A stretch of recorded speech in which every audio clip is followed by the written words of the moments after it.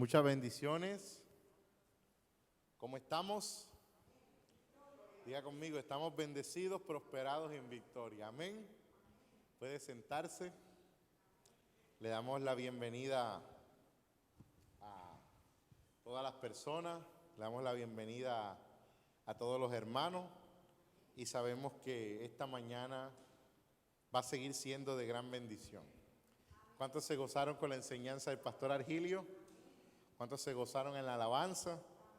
Ahora vamos a gozarnos en la palabra también. Vamos a seguir en la palabra. Yo sé que nos va a seguir el Señor edificando.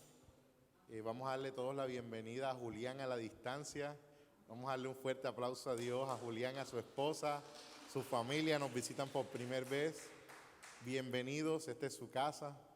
Aquí estamos para recibirlos y estamos para servirles. Y gracias por acompañarnos, gracias por venir. Y que Dios me lo siga bendiciendo. Amén. Así que bueno, hoy vamos a hablar de un tema de esos que me gustan a mí. Es un tema un poquito controversial, pero es un tema necesario.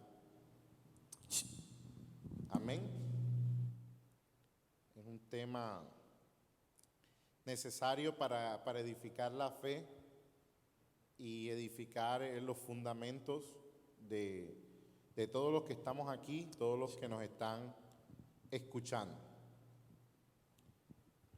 Gracias. Y bueno, como título al mensaje, le coloqué fundamentos del Evangelio de la Prosperidad, pero yo voy a aclarar algo. En realidad, no existe Evangelio de la Prosperidad, ni existe Evangelio de Salvación, ni existe Evangelio de Liberación, ni existe Evangelio de Sanidad, ni existe Evangelio de Arrepentimiento. Eso se lo inventaron las personas que querían como que definir en qué vía llevan su mensaje. Eso no existe. En el reino no existe eso. Lo único que existe en el reino es el Evangelio de Jesús. El Evangelio de Jesús. Y ese fue el que predicaron los apóstoles. El Evangelio de Jesús. Y el Evangelio de Jesús sana. El Evangelio de Jesús libera. El Evangelio de Jesús restaura. El Evangelio de Jesús salva. El Evangelio de Jesús prospera. El Evangelio de Jesús lleva al arrepentimiento. Entonces, quise colocarle de título Evangelio de la Prosperidad porque es algo que a la gente le llama la atención. Entonces, cuando ven en el título Evangelio de la Prosperidad, enseguida dicen, ¿qué va a predicar ahora el pastor? Pero en realidad eso en el reino no es así. La gente dice, no, que lo que hay que predicar es salvación. Está equivocado. Lo que hay que predicar es a Jesús. Lo que tiene que predicar es el Evangelio de Cristo, el Evangelio de Jesús, el Evangelio que la palabra dice. Entonces, el Evangelio de Jesús hace muchas funciones. Y voy a leer un texto en la palabra. Voy a leer un texto en la palabra que yo sé que nos va a edificar mucho.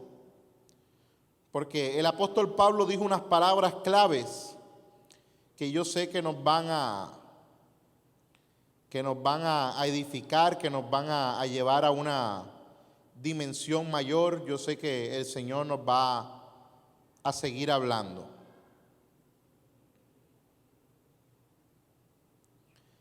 Dice aquí la palabra de Dios. Primera de Corintios capítulo 2 versículo 1. Esto es la palabra de Dios. Esto es el verdadero evangelio. El evangelio de Cristo. Dígale que está a su lado a la distancia. El verdadero evangelio es el evangelio de Cristo. Y vamos a ver qué fue lo que predicó el apóstol Pablo. Primera de Corintios capítulo 2 versículo 1. Dice la palabra de Dios: así que, hermanos, cuando fui a vosotros para anunciaros el testimonio de Dios, No fui con excelencia de palabras o de sabiduría. Pues me propuse, dice el versículo 2, no saber entre vosotros cosa alguna, sino a quién. A Jesucristo y a este crucificado. Pablo dijo, yo podía hablarles un mensaje con mucha palabra, con mucha sabiduría humana, con mucho conocimiento, con mucha teología, hermenéutica y todas las éuticas que hay, ¿verdad? Pero él no predicó ningún mensaje diferente al mensaje de Jesucristo. Y el mensaje de Jesucristo tiene muchos atributos, no solo un atributo. Porque el mensaje de Jesucristo no es solo para salvar. Y si todos los que estamos aquí ya somos salvos, y yo te sigo diciendo, arrepiéntete porque viene Cristo por tu alma, por tu salvación, tú me dirás, pero es que ya yo estoy arrepentido, ya yo soy cristiano y ya yo soy salvo. Ahora enséñame algo diferente, enséñame a crecer como persona, enséñame a ser un mejor cristiano, enséñame a ser un mejor ser humano, enséñame a cómo yo tengo la sabiduría de Dios para llevar a cabo mi familia, para llevar a cabo mi empresa, para llevar a cabo mis negocios, para educar a mis hijos. Entonces los cristianos muchas veces nos hemos enfocado como en los tiempos de antes cuando se decía, Cristo viene, no salga, Cristo viene, no estudies. Porque los estudios no son importantes, sino la salvación es lo que es importante. No tengas empresa porque Cristo viene. No tengas familia porque Cristo viene. ¿Y qué pasó? De que hoy en día los empresarios más grandes son gente que no conoce a Dios. Y los cristianos hemos cedido nuestra posición, cedido nuestro lugar a la gente que no conoce a Dios. Los que se prepararon hoy en día y los que nos gobiernan son políticos sin temor de Dios, que no respetan a Dios, no respetan a la iglesia, no respetan a los pastores. Y la iglesia se queja porque tiene malos gobernantes, y es porque la iglesia no se ha preparado por el mismo cuento de que Cristo viene, de que lo único que Dios quiere es la salvación de mi vida. Claro que Dios te quiere salvar. Claro que Dios te quiere edificar. Claro que una de las cosas más importantes es la vida eterna. Yo quiero irme con el Señor. Yo creo en la segunda venida de Cristo. Yo creo que Cristo viene por su iglesia. Yo creo que Cristo viene por un pueblo santo, por un pueblo arrepentido de sus pecados. Yo creo eso. Que Dios está buscando gente consagrada, gente santa. Que Dios está buscando que nos arrepintamos de nuestros pecados y que le demos paso al nuevo hombre. Claro que yo creo eso. Pero Dios también quiere desarrollarnos en todas las áreas de nuestra vida. ¿Cuántos lo creen? Yo pregunto algo, ¿en qué glorifica a Dios un cristiano arruinado? Un cristiano que esté debiéndole al vecino, un cristiano que tenga que decirle mentiras al pagadiario para que el pagadiario no le haga un escándalo en la casa. Yo pregunto, ¿en qué glorifica a Dios un cristiano que no tenga ni para pagar la luz? ¿En qué glorifica a Dios un cristiano que el ateo se haya proyectado mejor que él? Eso no glorifica a Dios en nada. ¿Cuál es el testimonio que damos como cristianos? Uno como cristiano tiene que dar un buen testimonio, no solo en que Jesucristo, en que vivamos como Jesucristo en el sentido de que muramos al pecado, sino también en todas las cosas. ¿Qué va a pensar una persona? Ve un cristiano endeudado, ve un cristiano en ruina, en crisis, en escasez. ¿En qué glorifica a Dios eso? Yo pregunto, ¿Jesús andaba endeudado por ahí? Jesús andaba corriéndole a un cobrador por ahí. Jesús andaba por ahí preocupado por problemas económicos. No, Jesús andaba en prosperidad. Dice la palabra de Dios que él tenía personas que le financiaban su ministerio. La palabra de Dios dice que él tenía su profesión. La palabra de Dios dice que él hasta tan próspero era que tenía hasta un secretario, un tesorero. Dígame la primera persona que usted haya visto que no sea próspera, que tenga un tesorero. Para guardar poquito dinero, ¿se necesita un tesorero? No. Si Jesús tenía un tesorero y Judas metía la mano y robaba de vez en cuando, era porque ahí había finanzas. Entonces Jesús no era pobre. Cuando la palabra de Dios dice que él no tenía ni dónde recostar su cabeza, lo que está queriendo decir es que no le daba ni tiempo de recostar su cabeza. No se refiere a dinero, porque en Marcos capítulo 2 dice la palabra de Dios que Jesús tenía una casa en Capernaum. Jesús sí tenía casa, pero no se trata de casa, no se trata de que no tenía una casa. Claro que Jesús tenía una casa. Se trata de que Jesús no le daba tiempo ni de recostar su cabeza. Entonces, ¿qué pasa? De que el evangelio religioso lo que te impulsa es a que tú vivas una vida de miseria, una vida de pobreza, una vida pensando solo en la salvación, pero no te desarrollas en otras áreas de tu vida. Yo tengo que desarrollarme en otras áreas de mi vida. La bendición a mí no me va a caer del cielo y todos los días orando, ay Señor, mándame la bendición, Señor, hazme próspero. No, el Señor te dice estudie, el Señor le dice trabaje, el Señor le dice crea su empresa, el Señor te dice proyéctate. ¿Cuántos me están entendiendo?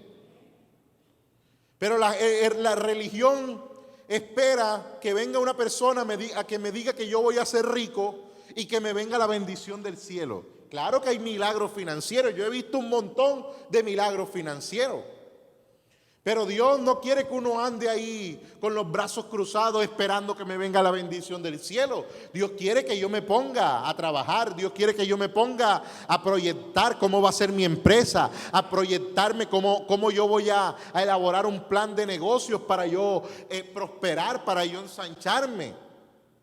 El apóstol Pablo dice la palabra que tenía su profesión. Todos los hombres en la palabra fueron hombres prósperos. Abraham fue hombre próspero, Isaac fue hombre próspero, el rey David fue un hombre próspero, Salomón fue un hombre próspero, Pablo fue un hombre próspero, Jesús fue un hombre próspero. Todos en la palabra fueron hombres prósperos y la palabra de Dios dice, amados míos, yo quiero que tú seas prosperado en todas las cosas, no solo en lo espiritual, sino la palabra de Dios dice en todo, en todas las cosas. Yo quiero que tú seas prosperado en todas las cosas, así como prospera tu alma y que tengas salud. Dios quiere prosperarnos en todo. ¿Cuántos lo creen? Y Dios quiere que los cristianos nos proyectemos, nos capacitemos. Mire el rey Salomón, cómo fue un hombre próspero. Porque el rey Salomón era un hombre diligente. ¿Cuántos lo creen? El rey David fue un hombre próspero. Abraham fue un hombre próspero. Porque eran personas diligentes. Porque eran personas que se esforzaban. Porque eran personas que se proyectaban. Eran hombres que avanzaban, que seguían para adelante. ¿Por qué usted cree que organizaciones como los Testigos de Jehová, los pentecostales o los mitas o los mormones tienen tantas iglesias por todos lados? Iglesias bonitas. Usted va a cualquier país, Bolivia, Ecuador, tienen iglesias. Pregúntame por qué. Porque tienen gente rica, sembradora, tienen gente próspera que aporta para que construyan esas iglesias. Y a la iglesia cristiana le debería dar pena que nosotros sigamos viviendo en pobreza, no podamos ni levantar una iglesia porque no tenemos finanzas, no podamos enviar un pastor a un lugar en necesidad porque no tenemos finanzas. A la iglesia cristiana le debería dar pena eso, que personas que no tienen la verdad hacen más cosas que nosotros. Nosotros deberíamos estar orando para que Dios nos prospere más. ¿Para qué? Para yo poder apoyar a una iglesia que esté en un campo alejado donde la gente no tenga cómo levantar una iglesia. Nosotros poder levantar una iglesia. Nosotros poder hacer radio para que la gente escuche el mensaje por todo el mundo. Podamos pagar programas de televisión. Podamos llegar al África, podamos llegar a Asia, podamos llegar a los rincones del mundo para que la palabra de Dios sea expandida, para que llegue el mensaje del reino en todas las naciones y entonces venga el fin. Pero para eso, ¿qué necesitamos? Cristianos prósperos. Para levantar una iglesia en África donde hay mucha necesidad, ¿qué necesitamos? Necesitamos prosperidad. Porque ¿cómo vamos a levantar una iglesia sin finanzas? Necesitamos cristianos prósperos. Necesitamos que los creyentes de la iglesia sean prósperos. A nosotros como cristianos nos debiera dar pena que pasemos 5 años, 10 años, 20 años en la iglesia y sigamos en lo mismo, sin colaborar en nada, sin aportar para la iglesia, sin ayudar a los necesitados. No estamos haciendo la gran comisión. No estamos haciendo lo que Dios nos mandó a hacer. Dios quiere que nosotros prediquemos el evangelio del reino. Y el evangelio se predica de 3 maneras. Se predica de manera local a todos los que yo con mi boca puedo alcanzar, ¿verdad? Se predica de manera regional y para eso yo necesito movilizarme. Si yo por lo menos quiero predicar el evangelio de Miami a Orlando, ¿qué necesito? Un transporte. Y para eso necesito gasolina, necesito pagar peaje. ¿Sabe usted algo? ¿Sabe qué pasa si yo me quedo sin gasolina en la mitad del camino? Me agarra la policía aquí en los Estados Unidos, al que se queda sin gasolina, injustificadamente, lo agarra la policía y le coloca un ticket. ¿Qué pasa si yo me quedo sin pagar los peajes de aquí a Orlando? Me llega un bill a la casa. Y si yo no pago el bill, ¿qué pasa? Me llevan a la corte para que pague los tiquetes de tráfico. Y si yo no pago los tiquetes que me llevan, pues entonces me suspenden la licencia. ¿Cuántos me están entendiendo? Entonces, para yo llevar el mensaje de una manera regional, necesito ¿qué? Finanzas. Si nosotros queremos hacer una sede en Orlando, ¿qué necesitamos para adquirir el local y que un grupo se pueda reunir? Finanzas. No, pastor, no necesitamos estar en unas 4 paredes, así sea para ir a una casa. Y queremos movilizarnos de Miami a Orlando. ¿Qué necesitamos? Finanzas para gasolina, para los peajes, para la comida. Y la tercera manera de predicar el evangelio es predicarlo de una manera mundial. Que usamos las redes sociales, usamos todos los sistemas que tenemos, pero para yo por lo menos ir de aquí de Miami a Sudáfrica a levantar una iglesia, ¿será que me van a recibir por mi linda cara? Es más, en el aeropuerto de Sudáfrica me van a preguntar ¿qué recursos tiene usted para sostenerse aquí?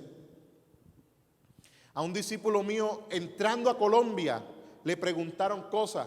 Imagínense, Colombia, un ciudadano americano de aquí yendo a Colombia y casi no lo dejan entrar porque le preguntan en el aeropuerto dónde se va a quedar, quién lo va a sostener. Entrando a Colombia, que es un país que, ¿me está entendiendo? Entonces, para yo poder predicar el evangelio de manera mundial, necesitamos, además de fe, compromiso, necesitamos finanzas. Para yo poder ayudar a una familia pobre que esté en necesidad, ¿qué necesitamos? Prosperar. Normalmente uno siempre anda como cristiano pidiéndole a Dios, Señor, dame, dame. Y cuando uno le dice a Dios, Señor, ¿qué voy a darte yo a ti? Uno tiene que prosperar para decirle a Dios, Señor, heme aquí, cuenta conmigo, vamos a levantar una iglesia. Vamos a levantar una iglesia en un campo, yo me voy a poner a predicar la palabra, yo me voy a poner a avanzar en el reino, yo me voy a poner a prosperar para ayudar al necesitado, para ayudar a quien está en pobreza, para que a través de mí los otros vean la bendición, para que yo pueda predicar el evangelio en muchos lugares. Porque a veces el mejor evangelio no es el que predicamos con nuestra boca. El mejor evangelio es el que vivimos. A veces una persona está pasando hambre y está pasando necesidad. Y tú le vas a decir, Cristo te ama, pero tiene hambre. ¿Y sabes qué necesitas hacer? No necesitas decirle solo Cristo te ama. Necesitas sacarte de tu bolsillo y llevar a esa persona a un McDonald's para que por lo menos coma. Pero si no tienes ni para el McDonald's, ¿cómo le vas a saciar el hambre a esa persona? Si andas pelado y en pobreza y en miseria, ¿cómo tú vas a ayudar al necesitado? Y la palabra de Dios dice en los mandamientos: no te olvides del necesitado, no te olvides de la viuda, no te olvides del huérfano. Y si yo no tengo finanzas, yo no puedo cumplir ese mandamiento. Hay veces que nosotros no hacemos mandamientos, dejamos de cumplir mandamientos porque no tenemos las finanzas necesarias. La palabra de Dios nos dice que nosotros tenemos que ser generosos, dadivosos, que todo lo que el hombre siembre, eso es lo que va a recoger, que Dios no puede ser burlado. Y a veces pues yo no puedo ayudar a los demás, no puedo ayudar a mi iglesia, no puedo ayudar a los demás, pero eso es culpa de quién, de Dios o mía. ¿Por qué? Porque Dios sí me quiere prosperar. Imagínate, prosperan los que no creen en Dios. Hasta la gente atea que no cree en Dios prospera. Yo conozco un montón de ateos que son prósperos. ¿Y por qué? Porque esa gente se preparó, esa gente se estudió. Son ateos pero son abogados, son ateos pero son médicos, son ateos pero son ingenieros, son ateos pero son políticos. Y se prepararon y estudiaron. Pero el cristiano, ¿qué quiere estar haciendo? El cristiano quiere estar leyendo la Biblia, que es bueno. Quiere estar orando todo el día, que es bueno. Quiere estar espiritualizando todo, que es bueno. Pero no quiere salir adelante. Todo con el tema de que Cristo viene, de que ya lo único que Dios quiere es que yo sea salvo. ¿Y quiénes nos gobiernan a nosotros? Los ateos, los masones, los brujos, los hechiceros. ¿Quiénes tienen el poder? Los que se preparan. ¿Culpa de Dios? No. ¿Cómo Dios te va a bendecir a ti si tú no te has preparado? Si tú no. Tú le dices al Señor: Señor, dame un buen empleo. Señor, dame un buen puesto, le dices tú a Dios. Y Dios te dice: bueno, yo te quiero dar un puesto, yo te quiero dar un buen puesto en la presidencia de los Estados Unidos. Ah, bueno, Señor, dame el puesto. Yo quiero un puesto de ministro, yo quiero un puesto de asesor del presidente, yo quiero un puesto de ingeniero de los proyectos presidenciales de los Estados Unidos. Y en el momento que te vas a presentar, te preguntan: dame tu hoja de vida. ¿Hasta dónde llegaste? No, hasta el bachillerato, hice un técnico por ahí. Y dicen: bueno, usted se ve que es una buena persona, se ve que tiene la gracia de Dios, que es un buen cristiano, pero lastimosamente usted no está preparado para este puesto. Entonces viene un ateo que está bien preparado y agarra el puesto, y el cristiano que se debiera estar ganando un montón de plata y ayudando a la gente y ayudando a la iglesia y ayudando a las comunidades necesitadas, el puesto se lo ganó un ateo o una persona que va en contra de la iglesia, en contra de Dios. ¿Cuántos me están entendiendo? Entonces los que no creen en Dios están ganando más posición que los hijos de Dios. Por eso la palabra de Dios dice que muchas veces los hijos de las tinieblas son más astutos que los hijos de luz. ¿Culpa de Dios? ¿Me falló Dios? No, el que fallamos somos nosotros. No nos estamos preparando, no nos estamos instruyendo. Yo por eso todos los días estoy buscando algo en que instruirme, algo en que prepararme. Y así debe ser usted.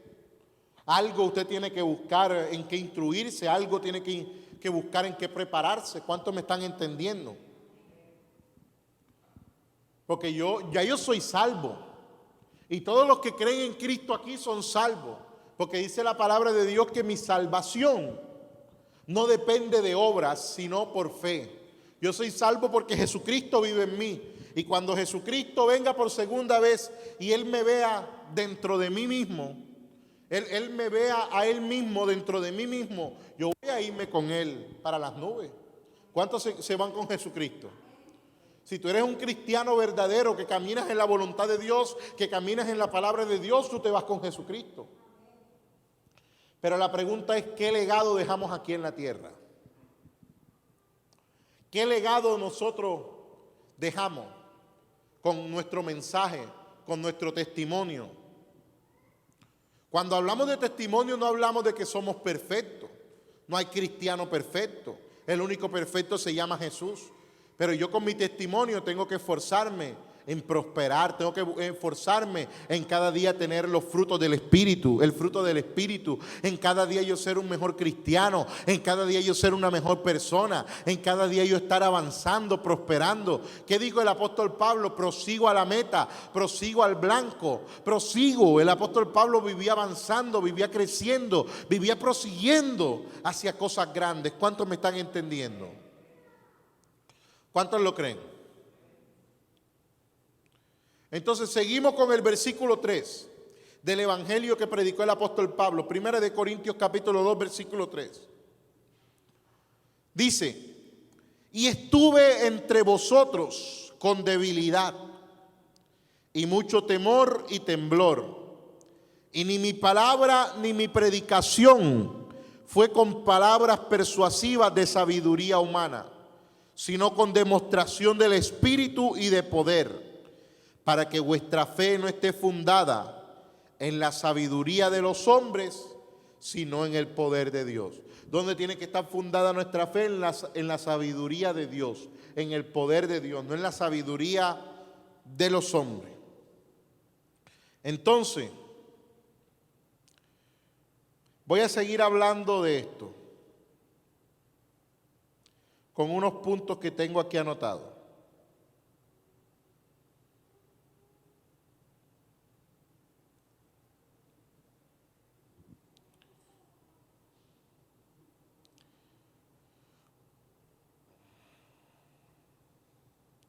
Como lo escribí en el mensaje de ayer. Préstame atención. La religión cree que cuando se habla de algún tema diferente a la salvación, este tema sustituye a la salvación, pero no es así.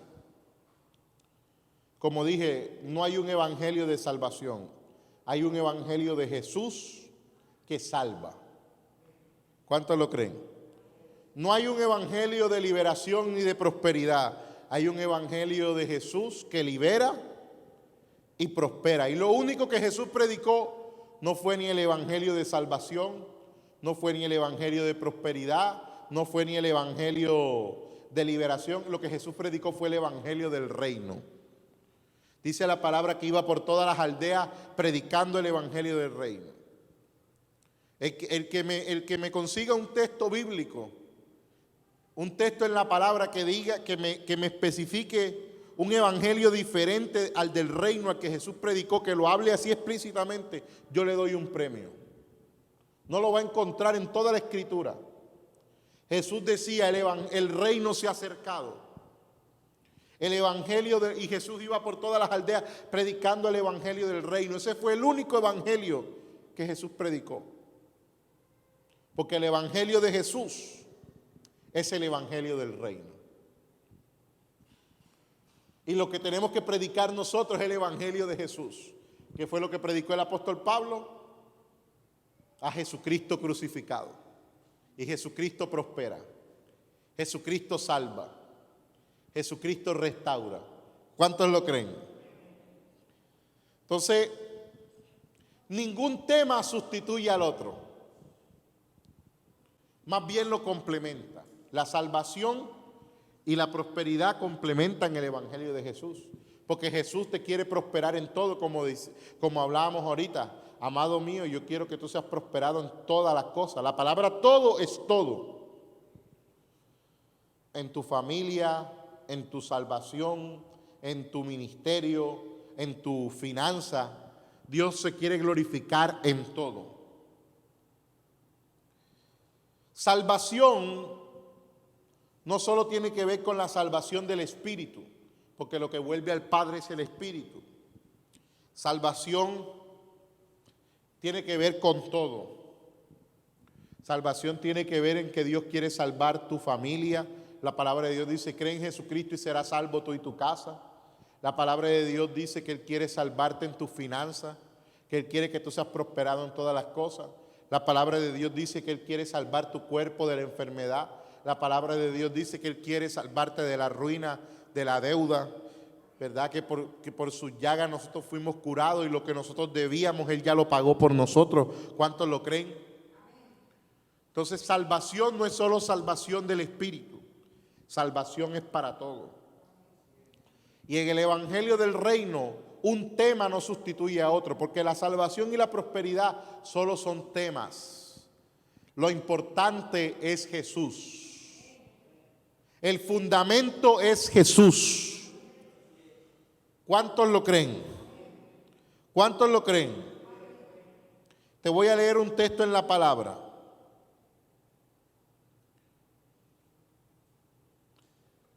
Diga conmigo, el fundamento es Jesús. Primera de Corintios, capítulo 3, versículo 11. Primera de Corintios capítulo 3, este es el evangelio que usted debe predicar. No hay otro evangelio. No hay otro evangelio. Dice, porque nadie puede poner otro fundamento que el que está puesto, que es Jesucristo. ¿Cuál es el evangelio que yo tengo que predicar? El de Jesucristo. ¿Será que yo tengo que enfocarme más en la salvación que en Jesucristo? ¿Será que yo me tengo que enfocar más en la prosperidad que en Jesucristo? ¿Será que yo me tengo que enfocar más en la liberación que en Jesucristo? ¿Cuál es el fundamento? Que nadie puede poner otro fundamento. Jesucristo. ¿Cuántos lo creen? ¿Cuántos lo creen? Así que, ¿cuál es el evangelio que usted tiene que predicar? Y el evangelio de Jesucristo tiene atributos. Y ese evangelio prospera, ese evangelio salva, ese evangelio sana, ese evangelio restaura. ¿Cuántos me están entendiendo? Dígale a que está a su lado, no hay otro evangelio. No hay otro evangelio. Si usted creía que el evangelio estaba dividido, I'm sorry. No hay otro evangelio, solo el evangelio de Jesucristo. Otra palabra, Gálatas 1, versículo 6. Esta palabra está poderosísima. Este versículo está poderoso. Mira lo que dice la palabra. Mira todos los que me están viendo. Escuchen y apréndanse bien esto. Dice, estoy maravillado de que tan pronto os hayáis alejado del que os llamó por la gracia de Cristo para seguir un evangelio diferente. ¿Cuál es el evangelio que tenemos que predicar? El evangelio de la gracia de Cristo. ¿Qué dice la palabra que Dios nos llamó a predicar? El evangelio de la gracia de Cristo. Y dice la palabra que no podemos seguir un evangelio diferente. Cuando yo coloco un tema en específico por encima de Jesucristo, estoy idolatrando el atributo por encima del hacedor del atributo, que se llama Jesús. Yo no puedo idolatrar un atributo por encima del hacedor del atributo. Yo no puedo predicar más un atributo que el mismo creador del atributo. El creador del atributo se llama Jesús. Y el evangelio que nos llamó a predicar Dios fue el evangelio de Cristo. Y no podemos andar predicando un evangelio diferente. Y ese evangelio de Cristo manifiesta todos sus atributos en nosotros. Hay gente que dice, bueno, yo sí predico el evangelio de Cristo, pero el evangelio de Cristo solo me salva. Estás equivocado, no puedes limitar a Dios. ¿Quién eres tú para limitar a Dios? ¿Quién eres tú para decirle a Dios qué puede hacer y qué no puede hacer en tu vida? Dios conmigo, Dios con usted hace lo que Él quiera. Porque Él es soberano. Porque Él es creador del cielo y de la tierra. Él es creador de los mares. Él es creador de todo. Dice el apóstol Pablo, ¿quién le dirá a Dios qué haces? Dios conmigo y Dios con usted hace lo que quiera. Dice la palabra en Jeremías: así haré con vosotros, oh casa de Israel, como el alfarero que tiene en su mano el barro. Así soy yo con ustedes, que hago con ustedes la vasija como yo quiera. ¿Cuántos me están entendiendo? Y si Dios me quiere prosperar, ¿quién dice que no? Y si Dios me quiere salvar, ¿quién me dice a mí que no? Y si Dios quiere sanar un enfermo, ¿quién dice que no? Y si Dios quiere levantar un profeta, un apóstol, un pastor, un maestro, un ministro, un salmista, y si Dios quiere levantar a un evangelista, si Dios quiere levantar a un maestro, si Dios quiere levantar a un danzor, si Dios quiere levantar a un empresario, ¿quién le dice a Dios que no? Si Dios quiere levantar un intercesor, ¿quién le dice a Dios que no? Y si Dios contigo quiere hacer cosas grandes, ¿quién le dice a Dios que no? ¿Quién puede limitar a Dios? ¿Cuántos me están entendiendo? Ven acá, Gerardo, ven acá. Sí, ven. Espérate ahí. Si Dios le dice a Gerardo: Gerardo, yo te voy a prosperar. Tú vas a ser un predicador de la palabra. A través de tu vida voy a sanar enfermos. A través de tu vida voy a ayudar a muchos necesitados. Serás luz para quien no me conoce. Yo te voy a levantar como un empresario, te voy a hacer luz, te voy a conectar con gente del gobierno, voy a hacer cosas grandes contigo. ¿Quién soy yo? Venga por acá, Silvita, venga por acá. Espérese que me voy a poner el tapabocas para que después no digan que... Y Silvita dice: eso no puede ser así, diga. Eso no puede ser así. Y usted me va a decir, porque es que Gerardo no se lo merece. Es que Gerardo no se lo merece. Y yo te digo a ti, Silvita, ¿quién eres tú para limitar a Dios? ¿Será que Dios no puede hacer cosas grandes con Gerardo? ¿Cuántos lo creen? ¿Será que Dios no puede tomar algo que la gente cree que no, que la gente cree que no se lo merece, para exaltarlo y levantarlo? ¿Cuántos lo creen? No se me vayan, que voy a leer una palabra. No se me vayan. Dice la palabra de Dios así: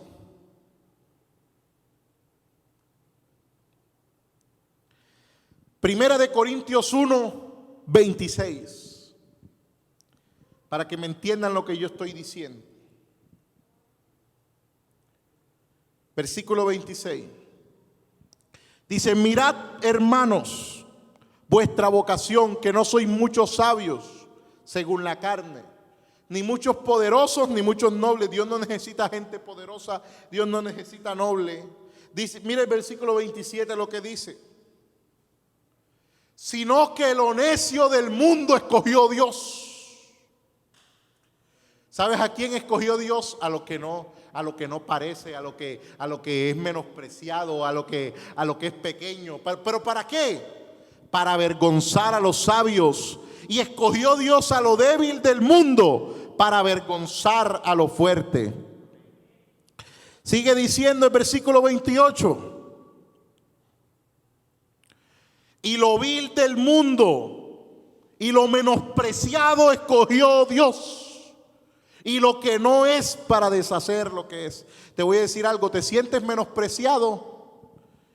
Dios te está escogiendo, porque Dios escogió a lo menospreciado, Dios escogió a lo pobre para hacerlo rico, Dios escogió a la gente que no sabe hablar para ser los buenos predicadores, Dios escogió a los que no eran nadie para ser los empresarios, gente poderosa, pastores, profetas, evangelistas, apóstoles, ministros, adoradores, danzores. Dios escogió a lo que no es para hacer de eso que no era alguien grande y que Él pueda manifestar su gloria. Si usted lo cree, déle un fuerte aplauso al Señor.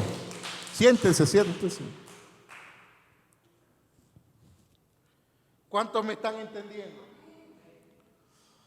Dios escogió a un tartamudo como Moisés que no sabía hablar para ser predicador de multitudes, de más de 600,000 personas. ¡Qué tremendo! Dios escogió a un hombre como Pedro que no tenía ni un poquito de educación y lo hizo un pescador de hombres y se ganó más de 3,000 personas en su primer discurso después de Pentecostés. ¿Cuántos lo creen? Dios escogió a Pablo, un hombre perseguidor, un hombre que no conocía de Jesús, sino lo que conocía era la religión farisea, lleno de conocimiento y de religión en su cabeza, para hacerlo el predicador más grande de la historia, el mayor escritor de la palabra y el que difundió el evangelio por todo el mundo. Dios escogió a un hombre como Abraham y a una mujer como Sara, que eran estériles. ¿Cuántos me están entendiendo? Y los hizo padres de multitudes. Dios escogió a José, un jovencito que estaba metido en la cárcel. ¿Cuántos me están entendiendo? Un joven que estaba preso, un carcelario. Un hombre que atendía ahí en la cárcel. Dios escogió a José, un esclavo, y lo hizo gobernador de todo Egipto. ¿Cuántos me están entendiendo? Dios escogió a David, un pastor de ovejas que huelía a feo, huelía todo menos a bonito, y lo hizo rey de Israel. Dios escogió a Saúl, un hombre que era tímido, un hombre que se escondía, un hombre que no tenía el carácter para ser rey, y lo hizo como rey. Dios escogió a Sansón, un hombre débil con las mujeres, y lo levantó para derrotar a los filisteos. Y al final de sus tiempos, Sansón se arrepintió y hizo mayor estrago que lo que había hecho al principio. ¿Por qué? Porque con un solo acto derrotó a todos los filisteos que no había derrotado en toda su vida. Cuando él agarró la columna del edificio y hizo que el edificio se cayera, y mató más filisteos que los que había matado en toda su vida. Un solo tiempo alineado con Dios puede hacer estragos. ¿Cuántos lo creen? Dios escogió a Jesús, un carpintero o un alfarero, yo no sé. Hay personas que dicen que era carpintero, otro alfarero, y bueno, yo no sé, yo lo que sé es que Jesús es el Hijo de Dios. Pero Dios escogió a Jesús, un carpintero, hijo de José, un carpintero. Y la gente en Nazaret se escandalizaba y decían, ¿cómo Dios puede escoger a ese? ¿Cómo Dios puede escoger a un carpintero? ¿Cómo Dios puede escoger a ese? Yo lo conozco, decía la gente. Yo lo conozco y conozco a sus hermanos y conozco a sus hermanas. Y cuando de Nazaret, decían los fariseos, ha salido algo bueno. Y dice la palabra que se escandalizaban de él. ¿Cuántos me están entendiendo? Dios escoge lo que no es para avergonzar a los sabios. ¿Cuántos me están entendiendo? Dios escoge, dígame una sola persona capacitada que Dios haya escogido. Dios escoge de cero. Dios lo escoge a usted de cero. ¿Quién comenzó siendo algo aquí? Dígame, ¿quién comenzó siendo algo? Dígame una persona en la palabra que haya comenzado siendo algo.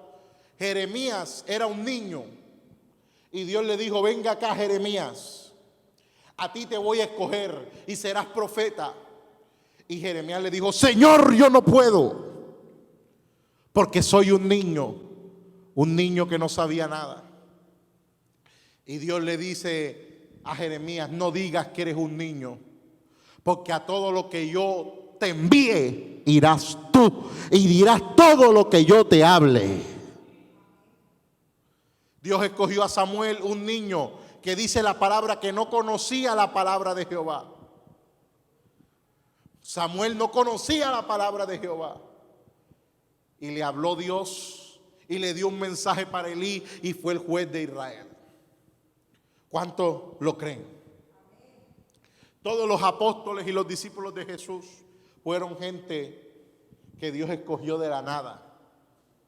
Los escogió de lo vil, los escogió de lo poco y los hizo grandes. Ese es el Dios que tú y yo le tenemos que creer. Un Dios que te va a escoger de lo poco, de lo poco, de lo poco, de lo poco, de lo poco, y te va a hacer grande. No importa, dice la palabra, que si tu estado presente es pequeño, tu postrer estado será más grande. La palabra de Dios dice: la gloria postrera de esta casa será mayor que la primera. Y la palabra de Dios dice que vamos de gloria en gloria. Siempre Dios nos lleva a crecer, siempre Dios nos lleva a avanzar. La promesa de Dios es que creceremos, la promesa de Dios es que avanzaremos, pero tienes que poner de tu parte y tienes que dejarte tomar por el Espíritu de Dios, tienes que dejarte usar por el Espíritu de Dios, tienes que dejar que el Espíritu de Dios obre en tu vida, que el Espíritu de Dios hable, que el Espíritu de Dios te dirija, que el Espíritu de Dios te transforme, porque solo el Espíritu de Dios puede hacer la obra en tu vida. La palabra de Dios dice: no es con espada, no es con ejército, es con el poder del Espíritu Santo. Y solo el poder del Espíritu Santo puede hacer cosas grandes en tu vida, en tu casa, en tu familia, en tu ministerio, en tu negocio, en tu vida personal, en tu estatus migratorio. Solo el Espíritu Santo puede hacer cosas grandes. Y si tú depositas la confianza en el Espíritu de Dios, Él se va a manifestar en tu vida y en todo lo que creas. ¿Cuántos lo creen? Solo el Espíritu de Dios puede tomar a alguien y hacerlo grande. Pastor, ¿por qué yo sigo en lo mismo? Déjese tomar por el Espíritu de Dios para que vea usted. Pastor, ¿por qué sigo con la misma economía? Déjese tomar por el Espíritu de Dios. Pastor, ¿por qué sigo en lo mismo? ¿Por qué no crezco ministerialmente? Déjese tomar por el Espíritu de Dios. Ríndale todas sus áreas a Dios. ¿Cuántos lo creen? El Espíritu de Dios no puede andar tomando a alguien por ahí que esté perdiendo el tiempo en cosas que no son. Esté perdiendo el tiempo en boberías, esté perdiendo el tiempo en chismes, en discusiones, en peleas, hablando mal del otro. A esa gente no la toma el Espíritu Santo. ¿Sabe a quién toma el Espíritu Santo? A quien está dispuesto.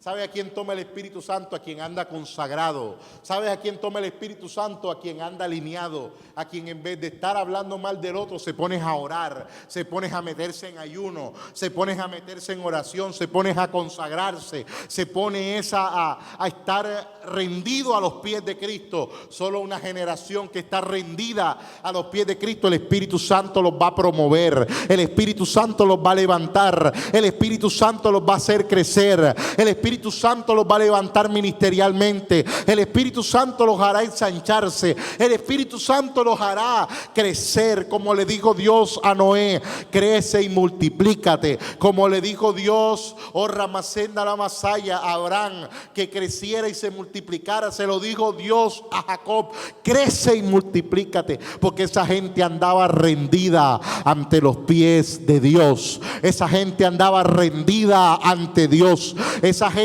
andaba rendida ante el Espíritu Santo. ¿Quiere usted prosperar? Ríndase ante Dios y esfuércese, estudie, prepárese, capacítese, toque las mejores puertas, deje la pereza, deje de andar espiritualizando todo y prepárese. Y va a ver usted que el Señor lo va a prosperar, lo va a levantar. Y en los lugares donde Dios te coloque, vas a ser como Daniel, un hombre con sabiduría que fue colocado como primer ministro de Babilonia. ¿Por qué Dios escogió a José para ser gobernador de Egipto? Porque tenía el Espíritu de Dios. Faraón le dijo: ¿quién como tú? ¿Quién más va a tener el Espíritu de Dios como tú? ¿Cuántos me están entendiendo?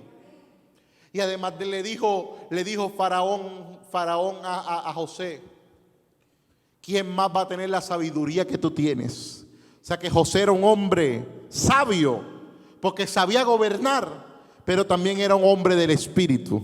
Entonces, cuando nosotros somos hombres del Espíritu, mujeres del Espíritu, que tenemos al Espíritu de Dios, que estamos consagrados para Dios, ¿cuántos me están entendiendo? ¿Cuántos me están entendiendo? Y tenemos sabiduría para saber gobernar y hacer las cosas, pues entonces vamos a ser personas prósperas. ¿Cuántos me están entendiendo? ¿Cuántos me están entendiendo? Óyeme bien. ¿Y sabe qué es lo que se opone al Evangelio de Cristo? El espíritu religioso. ¿Quiénes fueron los que se le opusieron a Jesús? Los fariseos. ¿Quién es el que se opone al Evangelio de Jesús? El Evangelio de Jesús que salva, el Evangelio de Jesús que sana, el Evangelio de Jesús que libera. La religión, lo religioso. Y te voy a explicar algo del espíritu religioso para que usted lo detecte y nunca se deje influenciar por él. Primero, el espíritu religioso no cree en las manifestaciones proféticas, no cree. No cree y dice que ya no hay más profetas, que ya no hay más. Pero te voy a decir algo. Toda la palabra desde el Génesis hasta el Apocalipsis habla de los profetas. No, que pastor, que el último profeta fue Juan el Bautista. ¿Seguro? Are you sure? Mateo 6:15 dice la palabra que Jesús era un profeta. Y Jesús fue después de Juan el Bautista. Dice Mateo 21:11 que Jesús era un profeta. Dice Mateo 21:11, colócamelo ahí, por favor. 21:11. Mateo 21:11. Jesús fue después de Juan el Bautista. Dice, y la gente decía, este es Jesús el profeta de Nazaret de Galilea. La palabra dice que Jesús era un profeta. Ya va uno después de Juan el Bautista. Segundos profetas después de Juan el Bautista, Primera de Corintios capítulo 14, 32. Primera de Corintios capítulo 14, 32. Dice así la palabra de Dios. En la iglesia de Corintios había profetas. ¿Cuántos lo creen? Y la iglesia de Corintios se fundó después de que Juan el Bautista murió. Dice, y los espíritus de los profetas, había profetas en la iglesia de Corintios, están sujetos a los profetas. ¿Cuántos lo creen? Otros profetas en el libro de los Hechos, después de la muerte de Juan el Bautista. Hechos 11:27.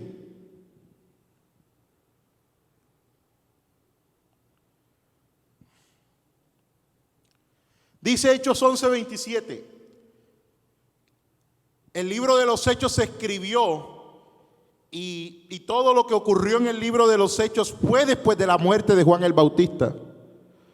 Dice en el versículo 27, Hechos 11, y en aquellos días unos profetas descendieron de Jerusalén a Antioquía.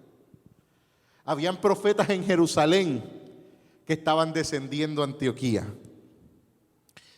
Otro profeta que registra la palabra después de la muerte de Juan el Bautista, Hechos 21:10. Hechos 21:10. Para los que dicen que no hay profeta después de Juan el Bautista, ¿saben lo que quiere decir esa palabra? El último profeta del Antiguo Testamento fue Juan el Bautista.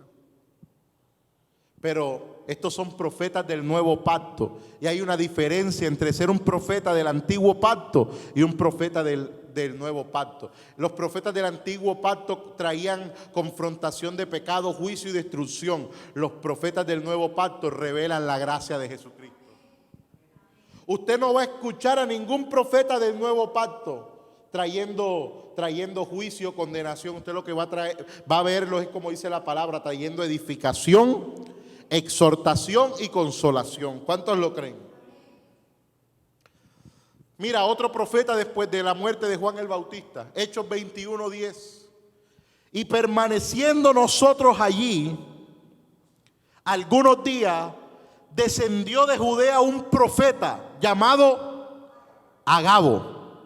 Ese profeta estaba vivo después de la muerte de Juan el Bautista. Entonces, ¿cómo la gente dice que el último profeta fue Juan el Bautista? Si la palabra registra un montón de profetas después.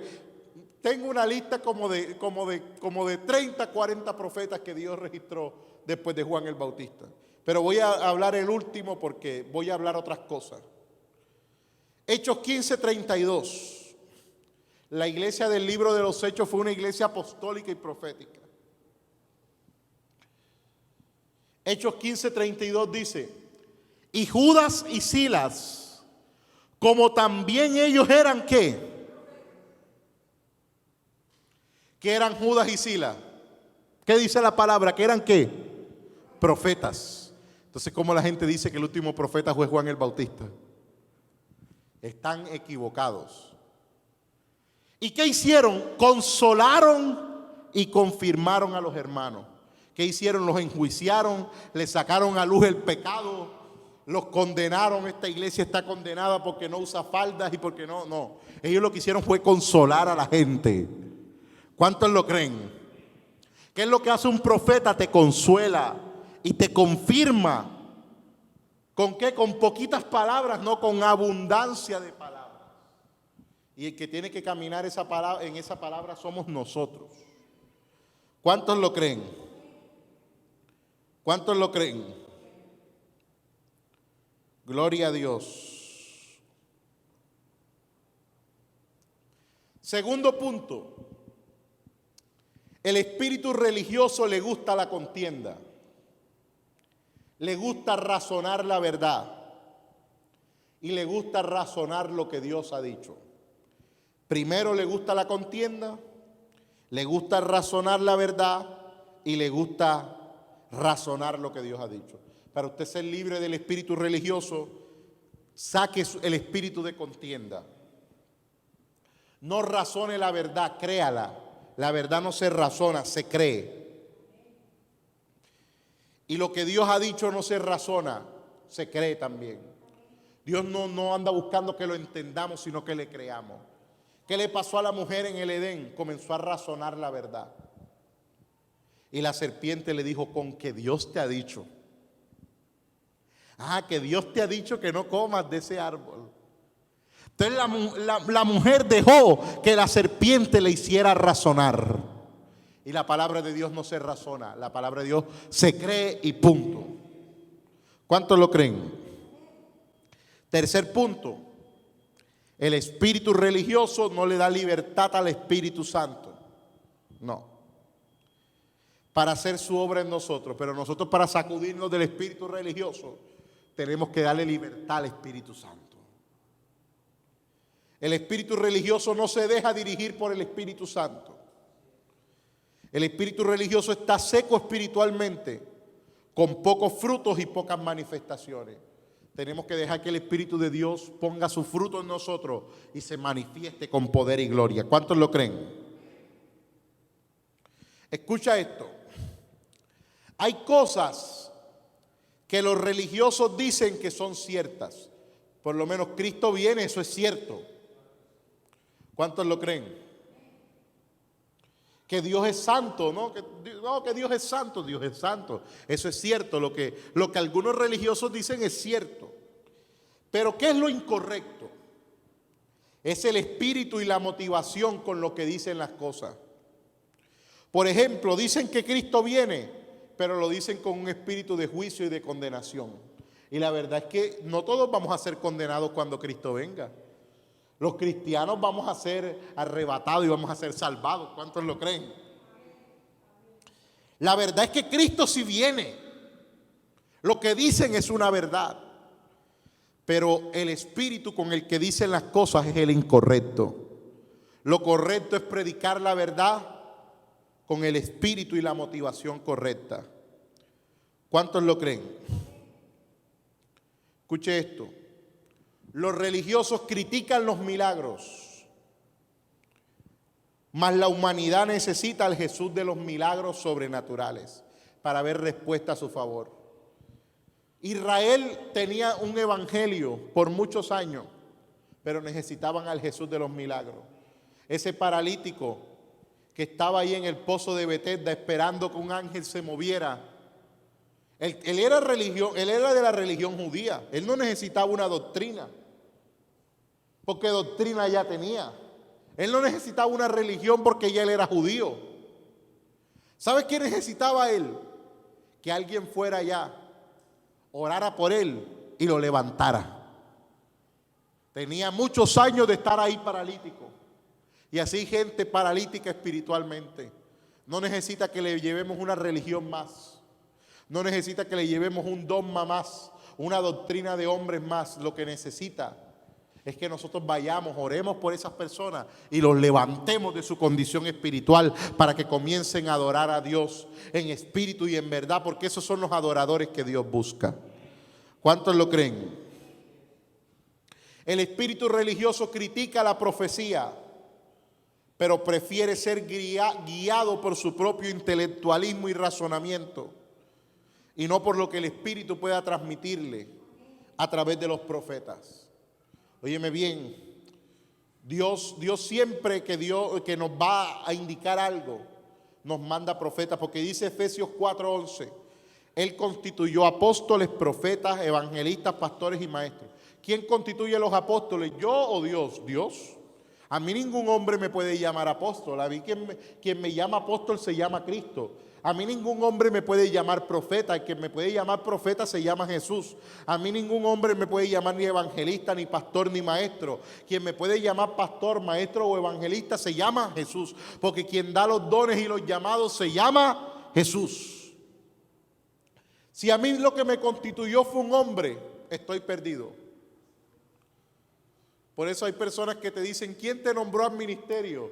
Y si te nombró un hombre, I'm sorry. Pero si fue Cristo el que te constituyó, dice la palabra, y Él mismo refiriéndose a Jesús. Yo le digo al Señor, Señor, si tú no me llamaste, yo no voy a hacer nada.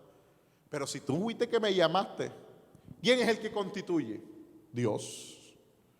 Y Él mismo. Él no necesita a nadie para constituir él mismo. Constituyó a unos apóstoles, a otros profetas, a otros evangelistas, a otros pastores y a otros maestros. Y yo siempre que voy a constituir a alguien le digo, Señor, indícame. ¿Cuántos lo creen? Ahora depende de usted si usted permanece en el llamado o no. Si usted permanece en el llamado y es como David que se mantiene fiel a Dios, o es como Saúl, como decía el pastor Argilio, que se aparta de Dios. Y a los Saúles que se apartan de Dios y que viven con espíritu de rebeldía, ¿qué hace Dios? Les quita su llamado y se lo da a otro, porque Dios no se detiene. ¿Cuántos lo creen? El espíritu religioso no cree en la liberación, pero viven atados a sus propios vicios. El espíritu religioso critica las finanzas y el mensaje de prosperidad desde la comodidad de sus computadoras o teléfonos, mientras mucha necesidad hay en el mundo. Y hay muchas personas que necesitan al Jesús que multiplica los panes y los peces. Y tienen necesidad de un milagro financiero. ¿Cuántos lo creen? El espíritu religioso critica a los pastores que han prosperado, pero ellos nunca hacen nada por prosperar. No hacen nada por la gente más que criticar y no hacen nada por salir adelante. ¿Sabe qué hago yo cuando veo que un pastor prospera? Yo le doy gracias a Dios. Porque ¿sabe cuántos pastores viven en ruina en el mundo? Que no tienen ni para la comida. Yo los conozco en Colombia, que a mí me ha tocado ayudarlos. Y yo imagino, Gerardo, que allá también en Venezuela deben haber, no todos, ¿verdad? Pero me imagino que deben haber muchos que pasan mucha necesidad. Porque la gente con el cuento de que no me prediques el evangelio de prosperidad, de que no me prediques de diezmo, no me prediques de ofrenda, Y esos pastores en esos países de uno, que viven allá en pueblitos, en un barrio, viven en mucha necesidad y la gente va y lo que lleva son la limosnita, los 100 pesitos, los 200 pesitos, la moneda de 100, la moneda de 200. Y a veces no tienen ni cómo pagar el arriendo. Y si esos pastores lo único que trabajan es en la obra de Dios, no pueden buscarse un empleo, porque la gente los acosa con las llamadas día y noche. Pastor, óreme. Pastor, véngame a sacarme un demonio a la casa. Pastor, estoy enfermo y me duele la cabeza. Pastor, y los tienen todo el día, los ocupan todo el día. Y el pastor, claro, el pastor está metido con Dios, orando por la gente y orando para que Dios le revele, leyendo la palabra para tener palabra fresca. Y lo agarran con el teléfono desde las 8 y lo sueltan a las 3 de la mañana. Mire, yo conozco pastores que duermen con el teléfono. Yo los conozco porque la gente los llama a las 3 de la mañana. Yo los conozco. Tú imagino que también los conoces también. La gente los llama, no los dejan descansar, yo estoy seguro. Mira, es verdad. Y cuando vienen a pagar al fin de mes para pagar el arriendo, para pagar la comida, para darle leche al niño, no tienen. Porque la iglesia les exige, les exige, les exige, pero nunca dan nada. La iglesia exige, dame, bendíceme, órame. Pero en el tiempo para recoger los diezmos y las ofrendas, ahí sí lo critican. Critican el diezmo, critican las ofrendas, eso no es de Dios. Mire, esa gente le debería dar vergüenza de lo que creen. Esa gente son unos malagradecidos. ¿Sabe por qué? Porque una persona que te sirve, ¿cómo tú vas a pensar así de una persona que te sirve, que se entrega por ti, que ora por ti? No, que los pastores son unos ladrones. Más ladrón es usted, que le roba el tiempo a los pastores y no pueden buscarse un empleo digno. Le robas el tiempo con tu rebeldía, con tu criticadera. Le robas el día, pastor, óreme, pastor, bendíceme. Una hora poniéndole quejas y poniéndole chisme. Esa hora el pastor pudiera estar trabajando, pudiera estar teniendo un empleo. Pero claro, como tú le quitas el tiempo, esa gente debería sentir pena y vergüenza. ¿Cuántos me están entendiendo? Yo sé que estoy siendo fuerte, pero tengo que hablarle a alguien. Usted que está aquí, no se me vuelva un religioso. Prohibido a los de aquí de Miami convertirse en un religioso más. Y el que lo vea por el camino de la religión, lo voy a buscar y le voy a jalar las orejas. Una gente así que no aporta nada, lo que debería sentir es vergüenza y pena. 5 años en el Evangelio, 10 años y 20 años en el Evangelio y no es capaz de aportar para su iglesia.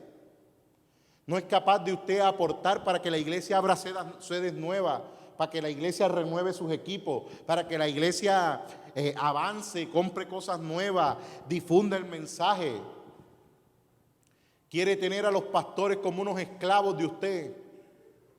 Todo el día orando y los pastores no son capaces ni de darse unas vacaciones porque los tiene usted cargado con problemas todo el día. Usted, eso debería darle vergüenza. ¿Cuántos me están entendiendo? Dígale que está a su lado, no se me convierte usted jamás en un religioso más.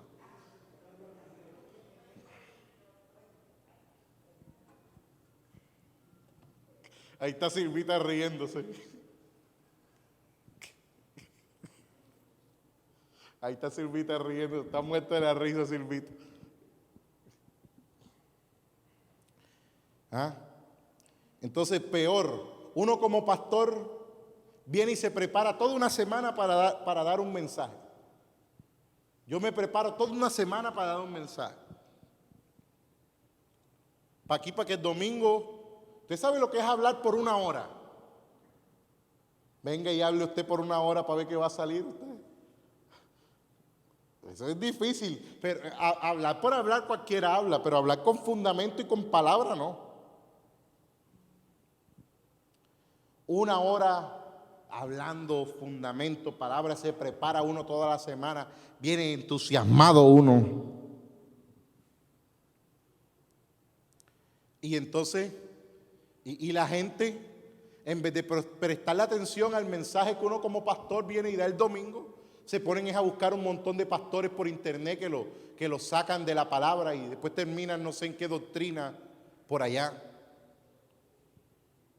Y uno que se preparó una semana completa, no le prestan atención al mensaje de uno.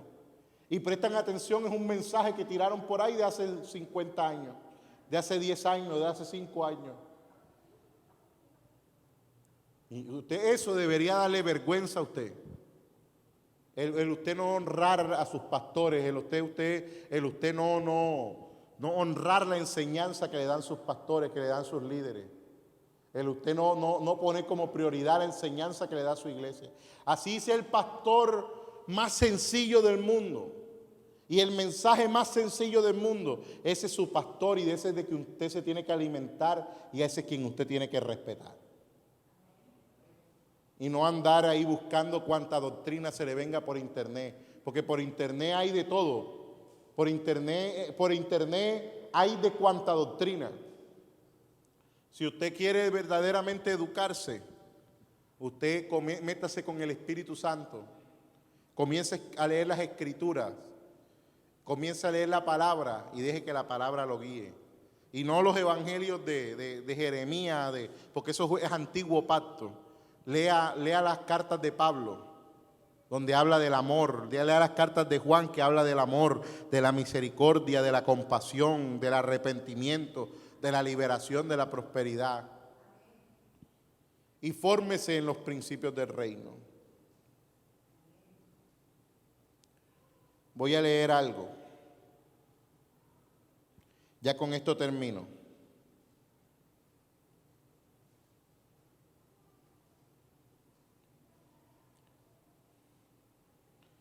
Con esto termino ya.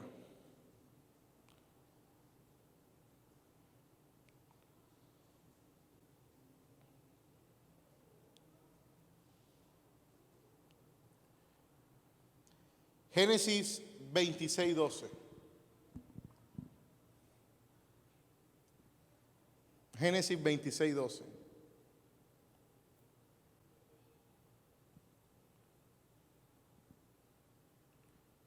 Dice, y sembró Isaac en aquella tierra y cosechó aquel año 100 por 1. Todo lo que uno siembra, cosecha. ¿Cuántos lo creen? Y le bendijo Jehová. Aquí la palabra muestra que la bendición también es económica y no solo espiritual. Porque hay gente que dice, no, mi bendición es solo espiritual. No, la palabra de Dios dice que Isaac sembró en lo terrenal, en una tierra. ¿Cuántos lo creen? Fue una bendición económica la de Isaac. Y lo bendijo Jehová, ¿cómo? ¿Espiritualmente o económicamente? Económicamente, y le bendijo Jehová. Versículo 13. Mire, para los que no gustan del evangelio de la prosperidad, aquí está. Y el varón se enriqueció. ¿Qué hizo Dios con Isaac? Lo hizo un hombre próspero, lo hizo un hombre rico. Eso no lo digo yo, lo dice la palabra. Si usted quiere pelear con el evangelio de la prosperidad, pelee con la palabra. La palabra dice que Dios hace a gente, los prospera, los enriquece, los salva, los libera. ¿Cuántos lo creen? ¿Cuántos lo creen? ¿Y el varón se empobreció o se enriqueció? Imagínese que yo como pastor venga a decirle a usted, hermano, usted va a ser pobre. ¿Qué le tengo que decir yo? ¿Animarlo a que usted prospere o declararle maldiciones de que usted va a ser pobre? Imagínese yo predicando aquí, hermano, usted va a ser pobre. Hermano, usted va a vivir arruinado. Hermano, yo te profetizo que tú vas a vivir arruinado. Yo te profetizo que tú vas a ser pobre. ¿Qué clase de predicación es esa? Yo que tengo que decirle a la gente, animarlos a que van a prosperar, animarlos a que van a echar para adelante, animarlos que, como dice la palabra, que Jesucristo se hizo pobre para hacernos ricos. ¿Cuántos lo creen? No que era pobre, se hizo pobre. Porque él dejó todas las riquezas grandes que tenía en el cielo para venir a unas inferiores aquí en la tierra. ¿Qué hizo Dios con Isaac? Lo enriqueció. ¿Y fue qué? ¿Empobrecido o prosperado? Y fue que prosperado. La palabra prosperidad no se la inventaron los pastores de la prosperidad, se la inventó la misma Escritura. Porque muchas veces uno ve despectivo, no es que los pastores de la prosperidad, no es que la prosperidad no se la inventaron los pastores, la prosperidad está en la palabra. Y la recibe quien la cree y quien camina en ella. ¿Cuántos lo creen? Job fue prosperado el doble, ¿cuántos lo creen? La reina de Saba trajo toneladas de oro y con eso se construyó el templo. ¿Sabe cuál fue el problema de Caín y Abel? La ofrenda. Porque Abel le dio una mejor ofrenda a Dios que Caín y Dios lo miró con buenos ojos. Todo desde el Génesis hasta el Apocalipsis habla de las ofrendas. ¿Cuántos lo creen? ¿Qué le dijo Dios a Cornelio? Tus oraciones y tus ofrendas han sido vistas. ¿Cuántos lo creen? ¿Quién tenía Jesús que le financiaba el ministerio? Unas mujeres que le sembraban. ¿Qué dice el apóstol Pablo? Que Dios ama al dador alegre. Entonces, todo el evangelio desde el Génesis hasta el Apocalipsis nos habla de la ofrenda y nos habla de la prosperidad. ¿Y qué Dios hizo con Isaac? ¿Lo qué? Lo engrandeció.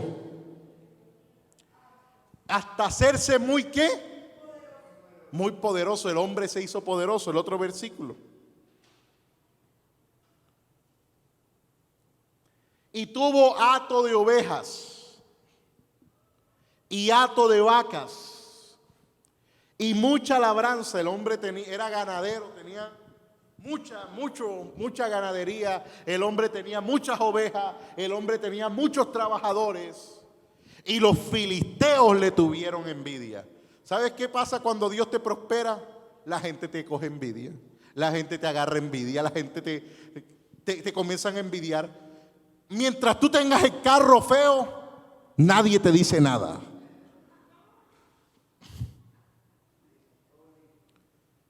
Mientras tú tengas, cuando yo comencé a pastorear ahí en Colombia, yo recuerdo que yo al inicio iba con una bicicleta feíta iba yo. Los que comenzaron conmigo, ¿sabes? A mí no me daba pena. Iba yo con mi saco, con mi corbata, elegante y en una bicicleta. ¿De dónde ha visto eso? Allá solo a mí me tocó. Y mientras yo iba en la bicicleta a la iglesia, la gente decía, oh, qué pastor tan humilde. No, pero es que en el momento lo que tenía era la bicicleta. Ya, porque yo comencé a pastorear muy joven. Y yo todo lo que me entraba a mí de mis conferencias y en la iglesia lo sembraba, era en la misma iglesia. Todo. Y por eso allá, gracias a Dios, las iglesias que yo dejé allá tienen de todo. Porque yo me dediqué fue a que todo lo que me entraba, yo no me compré una moto, yo no me compré un carro, todo lo que entraba, tanto a mí como a la iglesia, era para la iglesia. A la iglesia se le compraban sus aires, sus sillas. La iglesia tenía de todo y yo, el pastor, andaba en bicicleta. Y mientras la gente me veía en bicicleta y la iglesia bonita, ay, qué pastor tan humilde que anda en bicicleta. En el momento que comencé a viajar más y ya no andaba tanto en bicicleta, sino ya andaba más en taxi, montado de un avión en otro. Ay, ese pastor qué orgulloso. Ya pasa viajando a Europa, pasa viajando a Estados Unidos. Qué pastor tan orgulloso. La gente quería era que uno como pastor vive en la pobreza, en la miseria. Entonces así pasa cuando ven un pastor que prospera, como Isaac. Los filisteos le tienen envidia. Porque un pastor no puede tener una casa buena. Entonces un criminal sí puede tener una casa buena y un hijo de Dios no puede tener una casa buena. Entonces un criminal puede tener una casa buena y un cristiano no puede tener una casa buena. ¿Cuántos me están entendiendo? Entonces por eso la gente que usted los ve hablando mal de los cristianos que prosperan o de los pastores, tienen una envidia por dentro que tienen que sanarla. ¿Cuántos me están entendiendo? Dígale que está a su lado, los cristianos tienen derecho a prosperar.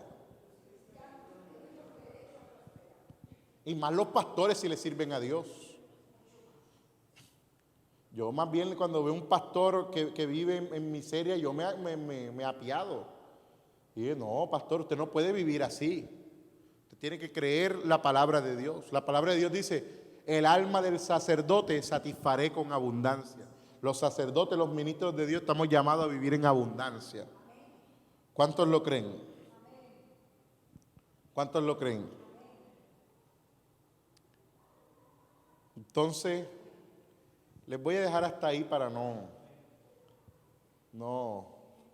voy a abundar más, pero vamos a orar un momento. Vamos a orar, yo voy a ver quién está conectado voy a saludar a los que están conectados en el nombre de Jesús. Gracias, Señor, gracias, Padre. Gracias, Dios, gracias, Dios. Ahí está la pastora Evila Villalobos. Bendiciones, pastora Evila. Está Rebeca, bendiciones, Rebeca, gracias por conectarte. Escríbame. Si usted desde algún lugar nos está viendo, escríbanos. La hermana Marta, allá en la iglesia de Ciudad de Dios, Sagún. Bendiciones, hermana Marta, gracias por conectarse.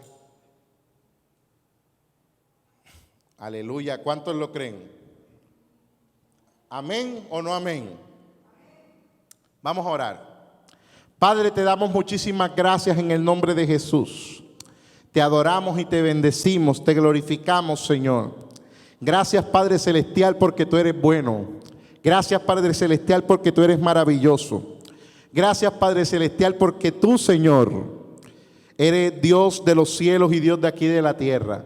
Gracias, Señor, porque tu palabra es santa. Y tú, Señor, nos tienes para cosas grandes.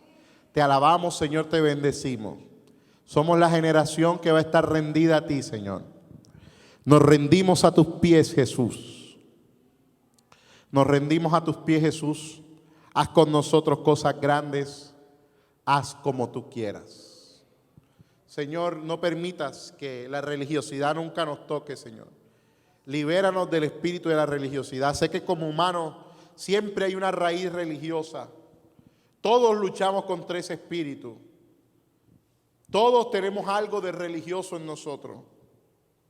Pero, Señor, permítenos que seamos libres de ese espíritu. Y que nosotros podamos caminar en lo sobrenatural, Señor. Padre, te damos gracias. Bendícenos más, Señor.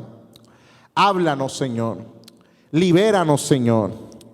Levántanos, Padre Santo. Glorifícate, Padre Celestial. Glorifícate, Padre Santo, Señor. Levanta a los hijos en Miami, Señor. Levanta a los hijos en Colombia, en Venezuela, en Puerto Rico, Señor. En cualquier parte del mundo, Señor. En los Estados Unidos, Padre Santo. En el nombre de Jesús, Señor. Levántalos, Señor. Padre, que no seamos cola, sino cabeza. Porque tu palabra dice que seremos cabeza y no cola. Que estaremos arriba solamente y no por debajo. Y esa palabra no se la inventó un profeta, de que seremos cabeza y no cola. Lo dice la Escritura. Y la Escritura tiene que cumplirse en nosotros. Y todas las palabras buenas, las buenas promesas que están en la palabra, se cumplen en nuestra vida. Gracias, Señor, porque vamos a caminar alineados. Gracias, Señor, porque vamos a creer tus promesas. Gracias, Señor, porque vamos a hacer lo que tú nos digas. Tú eres el que manda, Espíritu Santo. Aquí no mandamos nosotros. Aquí mandas tú, Espíritu Santo. Y lo que tú digas, eso es lo que se va a hacer. Revélanos el Evangelio de Cristo, Padre Santo. Y ese Evangelio de Cristo que se manifieste como Él quiere en nuestra vida. Que se manifieste con salud, que se manifieste con prosperidad, que se manifieste con salvación, que se manifieste con arrepentimiento, que se manifieste con gloria, con poder, con autoridad, que ese evangelio de Cristo traiga manifestaciones grandes a nuestra vida. Jesús, Jesús, Jesús, tú dices en tu palabra que si hay 2 o 3 reunidos en tu nombre, ahí tú estarás en medio de ellos. Manifiéstate, Jesús, con los atributos de tu nombre. Manifiéstate, Jesús, con los atributos de tu evangelio. Manifiéstate, Jesús, con los atributos de tu palabra. Manifiéstate, manifiéstate, manifiéstate, Jesús. Salva, sana, libera, restaura, Señor, en el nombre poderoso de Jesús, Señor. Padre celestial, rompe los yugos, rompe las cadenas, Padre Santo. Expulsamos todo demonio, expulsamos todo espíritu maligno, expulsamos toda enfermedad, expulsamos toda crisis, expulsamos todo problema, expulsamos, Señor, toda malicia, expulsamos toda maldad. Oh, Ramaceta, la Masaya, Espíritu de Dios, sánanos ahora, levántanos ahora, restauranos ahora, vivifícanos ahora, Señor. Padre Santo, ahora mismo, el que está con problemas de enfermedad por el COVID, por el cáncer, oh Ramasaya, oh, problemas de la presión, de azúcar, problemas de triglicéridos, todo problema, Señor, declaramos sanidad, sanidad, sanidad. Problemas en los huesos, problemas en la espalda, problemas, dolores, Señor, y que está alejado de Cristo, se reconcilia con Cristo en el nombre poderoso de Jesús. El que está triste, el que está con problemas, el que está deprimido, el que está mal, Señor, levántalo y glorifícate ahora con tu poder en el nombre poderoso de Jesús. Levanta a las familias que tienen problemas, convierte a los esposos, convierte a los hijos, convierte a las esposas.